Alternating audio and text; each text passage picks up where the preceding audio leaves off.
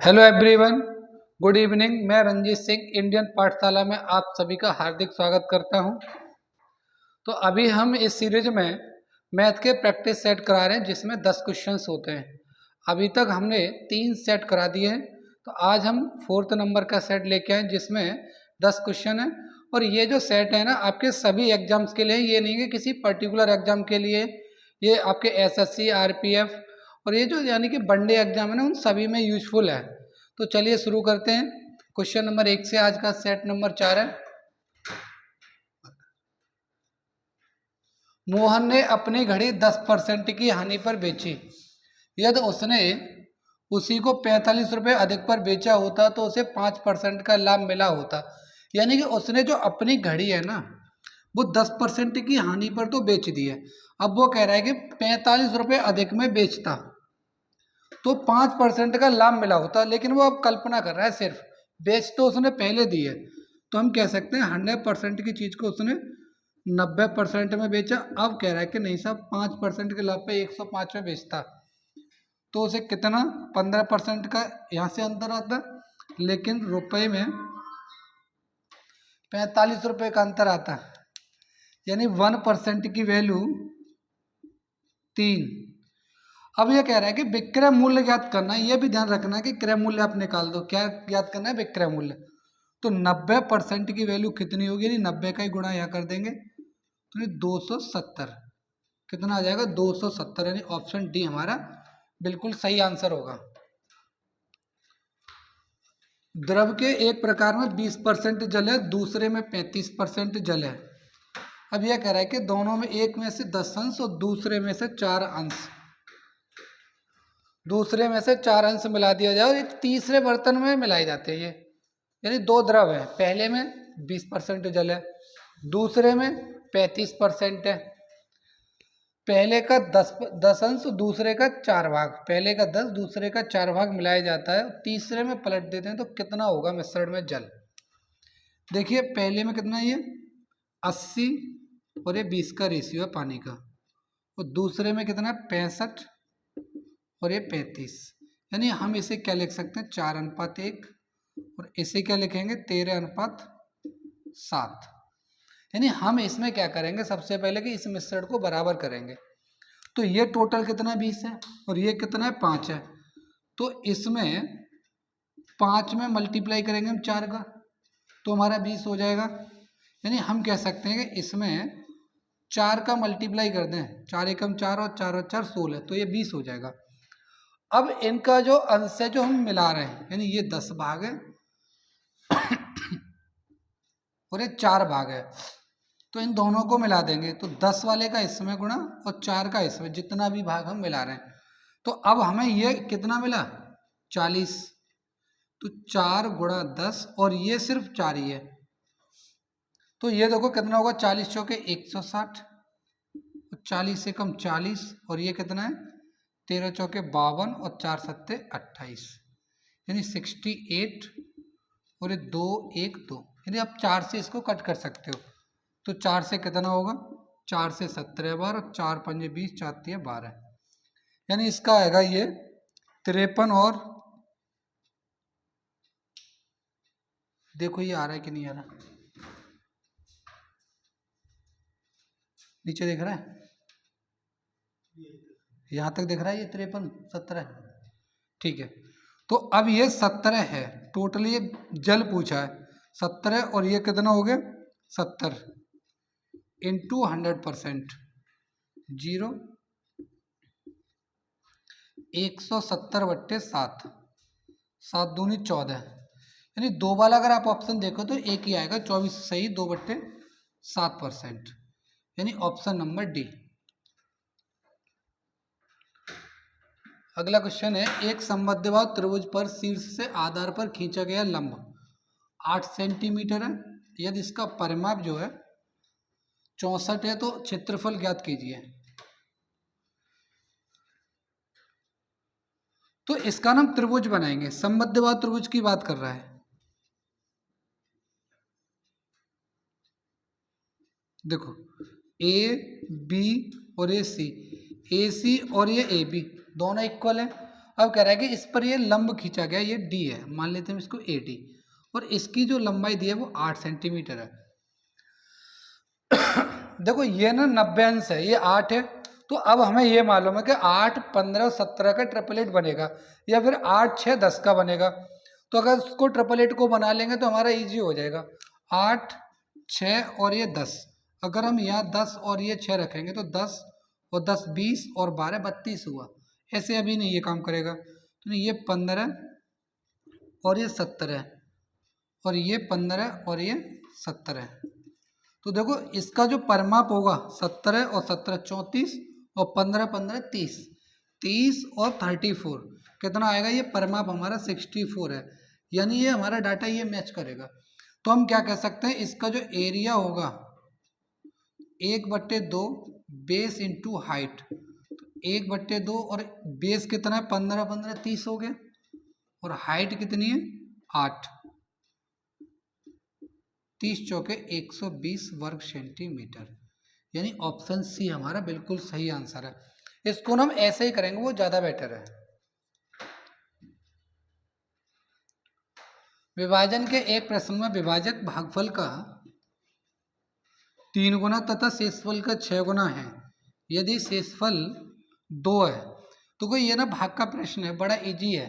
तो इसमें क्या करेंगे, ये तो हमारा भागफल होता है और ये भाजक और ये भाज्य, ठीक है, और यहाँ आएगा शेषफल, ठीक है। तो अब हमसे ये कह रहा है इसमें कि विभाजन के एक प्रश्न में भागफल विभाजक भागफल का, यानी ये, इसको विभाजक भी कहते हैं। तो ये कितना है, यहाँ पे हम बना लेते हैं 3 गुना ये x है और ये 3x है, और ये यहाँ पर y है और ये यहाँ पर 6y है, क्योंकि हमने ये कहा है ना 22 शेषफल हमारा है, तो इसका ये 6 गुना हो जाएगा। तो अब हम इसमें क्या करेंगे कि जबकि शेषफल इसने दिया है, शेषफल 2 है, तो 2 के y बराबर 2, तो 6 दूनी 12, तो हम कह सकते हैं 3x बराबर 12, तो x बराबर 4, तो 4 ये हो जाएगा, 4 इंटू 12 48, यानी 48 प्लस 2, तो कितना आएगा हमारा जो भाज्य आएगा ना वो 50 आ जाएगा। इस question number option number A तथा बी कार्य को मिलकर 30 दिन में पूरा कर सकते हैं। ए तथा बी कार्य को मिलकर 30 दिनों में पूरा कर सकते हैं, नहीं ए और बी हैं ये 30 दिनों में, और दोनों ने साथ साथ मिलकर काम शुरू किया। काम इन्होंने किया है सिर्फ 20 दिन तक। देखो ये 20 काम मान लेते हैं इन्होंने, सॉरी 30 काम मानेंगे पूरा, तो एक काम एक दिन में करेंगे, एक काम एक दिन में, और कितने दिन तक काम कर रहे हैं, 20 दिन तक, तो 20 हम यहाँ से माइनस कर देंगे, तो 10 काम बचेगा जो शेष है। अब इसके बाद में क्या होता है, कौन चला जाता है, बी चला गया, बी गया, तो ए ने शेष कार्य हमारा 20 दिनों में पूरा किया, ए ने शेष कार्य हमारा 20 दिनों में पूरा किया। अब ये बात देखो कि शेष काम कितना है, ए जो कर रहा है वो 20 दिनों में कितना कर रहा है, 10 काम, ठीक है। ए 10 काम कर रहा है, तो एक दिन में ए कितना करेगा, 10/20, यानी 1/2 काम, यानी ये ए की क्षमता है। ए की क्षमता कितनी है, 1/2, और बी की क्षमता कितनी है, ये भी 1/2 होगी, क्योंकि दोनों की मिला के 1 है। तो इसमें पूछ रहा है बी अकेला उस काम को कितने दिनों में करेगा, तो ठीक है, तो बी हमारा करेगा, तो बी की क्षमता है, तो बी का जो समय होगा वो होगा 30 और 1 इंटू 2, यानी कितना 60, यानी ऑप्शन डी। इसको ना हम दूसरे तरीके से भी कर सकते हैं, वो कैसे करेंगे, देखो ऐसा है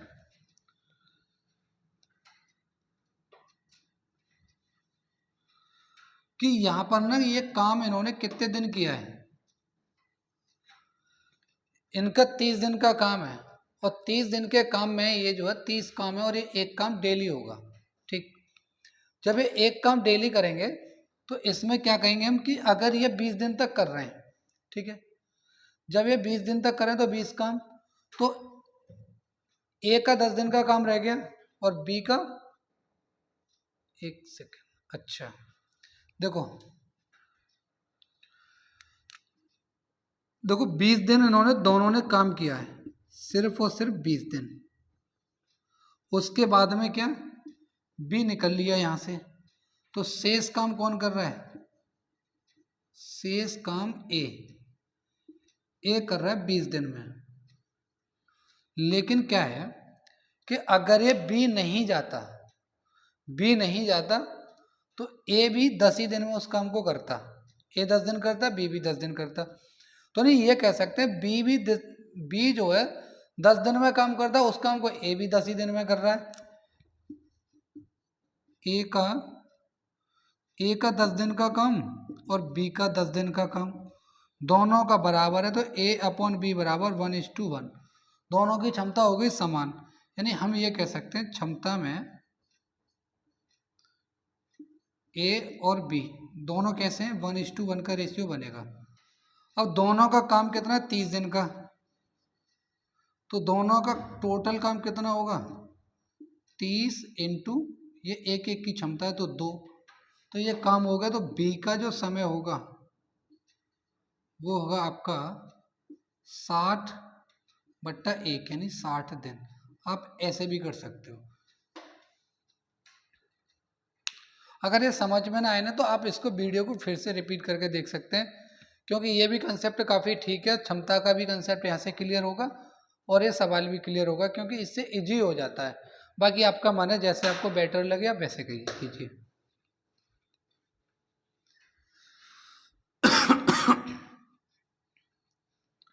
यदि x plus Y plus Z बराबर 13 और x² प्लस वाई² प्लस जेड² बराबर 69, तो एक्स वाई देखो ये ना X Y plus Z X plus Z Y, हम ये कह सकते हैं एक्स वाई वाई जेड और जेड एक्स, इसकी वैल्यू पूछी गई है। तो इसके लिए ना हमें ये एक फॉर्मूला देखना होगा, X plus Y plus Z बराबर 13, तो इसका ना होल स्क्वायर होता है। देखो इसका होल स्क्वायर क्या होगा, x² plus y² plus z² plus 2xy yz plus zx, ठीक है, बराबर 169।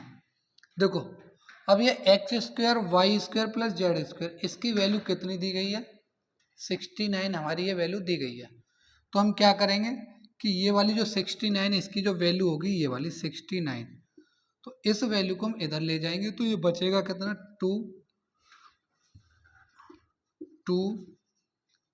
2xy plus yz plus zx बराबर 169 माइनस 69 बराबर 100। तो xy plus yz plus zx बराबर 50। इस वाले 2 से हम इसको डिवाइड कर देंगे तो कितना बचेगा, 50, यानी ऑप्शन ए हमारा बिल्कुल सही आंसर है। अगला सवाल है, एक बहुभुज के आंतरिक कोणों का योग 1440 है, तो उस बहुभुज की भुजाएं कितनी है। देखो बहुभुज के आंतरिक कोणों का योग होता है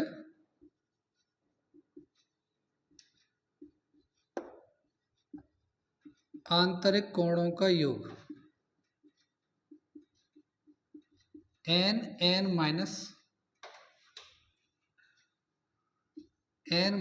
2 इंटू 180, ये होता है आंतरिक कोणों का योग, है ना। तो अब ये कितना दिया है, 1440, तो n हमें निकालना है, n माइनस 2 इंटू 180, 0 गया, 18 से 8 बार गया, तो n माइनस 2 बराबर 8, तो n बराबर 10। यानी कि अगर हमसे ये भुजाएं पूछी तो हमारी भुजाएं कितनी होंगी, 10, ठीक है, तो भुजाएं 10 हैं। दो संख्याओं का एलसीएम 2079 तथा एचसीएफ 27 है, ये दोनों में से एक संख्या 189 है, तो दूसरी संख्या क्या होगी? तो यानी हम ये पता है कि a गुणा b बराबर h गुणा l, यानी पहली संख्या गुणा दूसरी संख्या बराबर एचसीएफ गुणा एलसीएम। तो हम क्या करेंगे, पहली संख्या हमें 189 दे रखी है, गुणा b बराबर 27 गुणा 2079। देखो 9 से जाएगा ये 3 बार और 9 से जाएगा ये 21 बार, है ना। और 3 से जाएगा ये 7 बार और 7 से 7 दूनी 14, 6 7 63 और 7 7 49, यानी b बराबर 297। b बराबर हमारा कितना होगा 297, यानी ऑप्शन ए हमारा बिल्कुल सही आंसर है।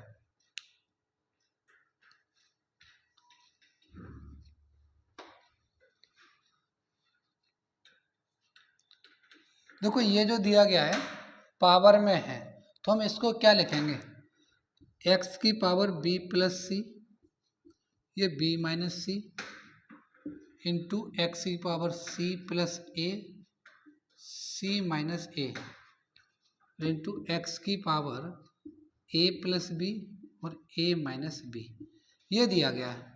तो x बराबर 0 नहीं है, तो इसका ना मान पूछा है क्या होगा। देखो इसका मान क्या निकालोगे, a plus B a minus B, तो ये क्या होगा x की पावर b स्क्वायर माइनस का c स्क्वायर और x की पावर c स्क्वायर माइनस का a स्क्वायर और x की power a square minus b square. तो हम क्या लिखेंगे, इसे मल्टीप्लाई में सारी घातें जोड़ेंगी, तो b स्क्वायर माइनस का c square plus c square minus a square plus a square minus का b स्क्वायर। देखो इससे ये कटेगा, इससे ये कटेगा और इससे ये कटेगा, तो बचेगा क्या, x की पावर 0, जिसकी वैल्यू कितनी होती है 1, यानी किसी की भी पावर अगर 0 है तो उसकी वैल्यू हमेशा कितनी होगी, 1 होगी।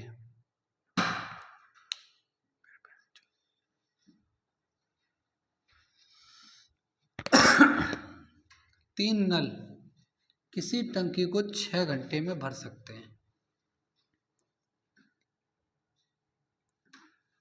तीन नल किसी टंकी को 6 घंटे में भर सकते हैं, ए प्लस बी प्लस सी, 6 घंटे में भर सकते हैं।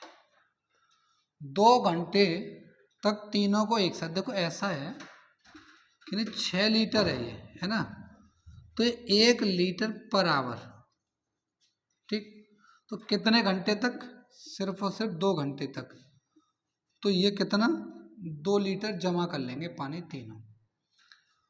और उसके बाद में सी को बंद कर दिया जाता है, क्या, सी को बंद कर दिया जाता है तथा ए और बी उस टंकी को 8 घंटे में भर सकते हैं। देखो अगर हमने ना बंद कर दिया, ठीक है, तो बचा कितना 4 लीटर, रिमेनिंग पार्ट में हमारा 4 लीटर है। तो जो सी है, सॉरी सी तो बंद हो गया, ए प्लस बी ये 8 घंटे में कितना भर रहा है भाई, 4 लीटर भर रहा है। अब 1 घंटे में कितना भरेगा, 4/8 यानी 1/2 लीटर। अब क्या रहा है कि तदनुसार अकेली नलिका सी कितने घंटों में भरी जा सकती है, यानी अकेला नल अगर सी खुला हो तो सी की हमारे पास क्षमता है, तो सी का जो समय होगा वो कितना होगा